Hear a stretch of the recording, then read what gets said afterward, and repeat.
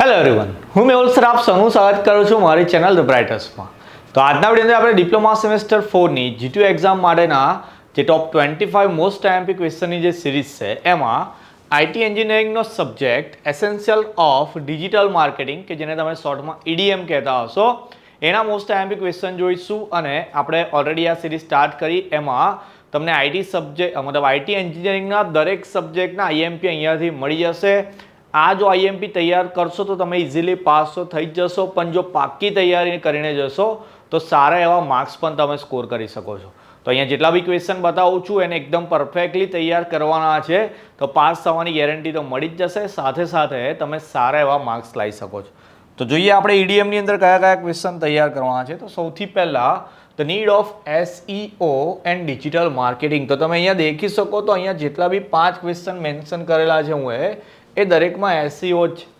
તો પાંચે 5 ક્વેશ્ચન SEOને લઈને છે અને હું છેલ્લા GTOના 5-6 પેપરનું એનાલિટિક્સ કર્યું તો મને એવું જોવા મળ્યું કે SEOના 2 થી 3 ક્વેશ્ચન તો હોય જ છે. તો તમે જો આ 5 ક્વેશ્ચન તૈયાર કરો એટલે એવું સમજી લેજો કે તમારા 10 થી 14 માર્ક્સ તો આ 5 ક્વેશ્ચનમાં જ થઈ જશે. ઓકે, તો જેને ખાલી પાસ થવું છે એ આ 5 ક્વેશ્ચનમાં 10 થી 14 કરી લેશે તો ભાઈ 23 સુધી જવું તો બહુ સહેલી વાત થઈ જશે. સૌથી પહેલો ક્વેશ્ચન છે the need of SEO in digital marketing. બીજો question the factor that affect SEO ranking and the third one is method to improve SEO rankings with example. Fourth question છે આપણો difference between black hat SEO and white hat SEO. Last one છે આપણો difference between on page SEO and off page SEO. તો SEO વાળા જે 5 question છે એ તો બધાએ કમ્પલસરી તૈયાર કરવાના છે. નેક્સ્ટ જોઈએ 6 નંબરનો ક્વેશ્ચન તમારો છે the key components of digital marketing plan. 7થમાં છે the components of POEM framework and their importance in digital marketing. તો બંને ક્વેશ્ચન એવા છે કે 7 માર્ક્સમાં પૂછાઈ શકે છે તમને.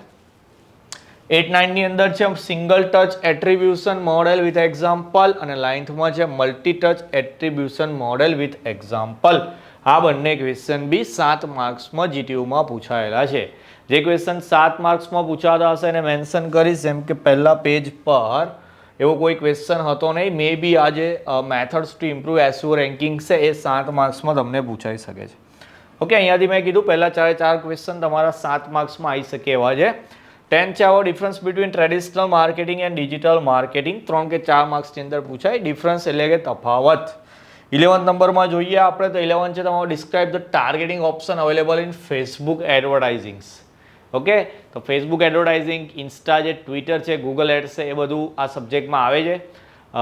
જાણવાની મને થોડી એક્સાઇટમેન્ટ છે કે આ બધું માર્કેટિંગ્સમાં એડ્સ કેવી રીતે આવતી હશે અને કેમ્પેન્સ કેવા હશે. જો કોઈને આવડતું હોય તો જરા કોમેન્ટ્સમાં મને બતાવજો કે જેથી મને થોડું નોલેજ મળે. આઈએમપી હું તમને આપું છું, થોડી નોલેજ મને આપતા રહેજો તો તમારા સબ્જેક્ટનું નોલેજ મારી પાસે બી આવી જાય. તો નેક્સ્ટ યર કોઈ સ્ટુડન્ટ આવે તો હું એને થોડું ઘણું શીખવાડી પણ શકું. ઓકે, તો 11થમાં તમારો હતો કે describe the targeting option available in Facebook advertisings. 12થમાં છે different types of YouTube ads અને 13થમાં છે different types of Twitter ads. Okay, મેં કીધું એ રીતે. 14થમાં છે the concept of Twitter marketing.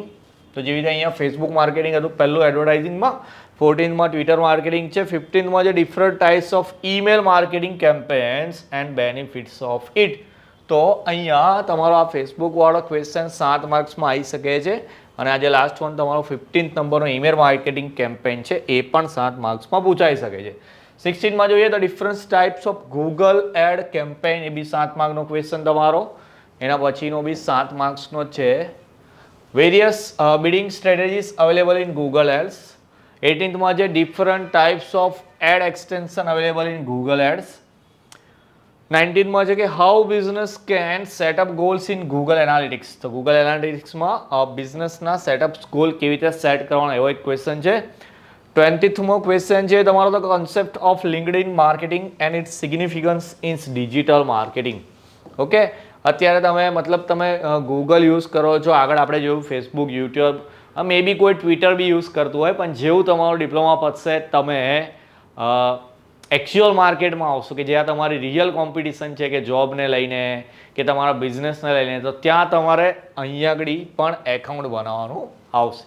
Okay, LinkedIn search મારજો જરા, ઘણી બધી પ્રોફાઇલ તમને ત્યાં જોવા મળશે અને એનો યુઝ શું છે એકચ્યુઅલી તમારે ભણવામાં આવશે તો તમને મારા કરતાં વધારે ખબર હશે. ના ખબર હોય તો વાંચી લેવાનું ભાઈ, પૂછાય છે તો પછી કરવું જ પડશે. 21નો ક્વેશ્ચન છે pros and cons of codes, long tracking code, obstacle tracking code અને યુટીએમ કોડ. પ્રોઝ એન્ડ કોન્સનો મતલબ છે ગુજરાતીમાં ફાયદા અને ગેરફાયદા, જેને આપણે એડવાન્ટેજીસ એન્ડ ડિસએડવાન્ટેજ કહીએ છીએ તે. આ બી એકવાર જીટીયુની એક્ઝામમાં 7 માર્ક્સમાં પૂછાયેલો છે. Difference between PPC and SEO. Okay, SEO તો ભાઈ પીછો નહીં જોડતું, છઠ્ઠો ક્વેશ્ચન થઈ ગયો એસઈઓ વાળો. ઓકે, 23માં છે કે how hashtags can be use in Twitter marketing. તો ટ્વિટર માર્કેટિંગમાં મોસ્ટલી તમારા હેશટેગ જ વાયરલ થતા હોય, તો કેવી રીતે hashtag can be use in Twitter marketing, A question છે તમારો. 24માં છે A/B testing in web analytics. આ ક્વેશ્ચન તો હું ઓલમોસ્ટ જેટલા બી પેપર જોયા એ બધા પેપરમાં જોવા મળે છે. ઓકે, તો જેમ પહેલાં 5 ક્વેશ્ચન એસઈઓના તૈયાર કરવાના છે, સેમ રીતે તમારે A/B ટેસ્ટિંગ બી તૈયાર કરી લેવાનું છે. 25માં છે define key matrices, unique visitor, bound rate, page views, average visit duration. Define મતલબ કે આમાં ખાલી ઓનલી તમારે ડેફિનેશન અથવા તો કેવી મતલબ કે આ શું કહેવા માંગે છે એ ડિફાઇન કરવાનું છે. ઓકે, તો આ હતા તમારા આઈટીના કયા સબ્જેક્ટ ભાઈ? મેં તો સબ્જેક્ટ બી ભૂલી ગયો. તમારો સબ્જેક્ટ છે એસેન્શિયલ ઓફ ડિજિટલ માર્કેટિંગ.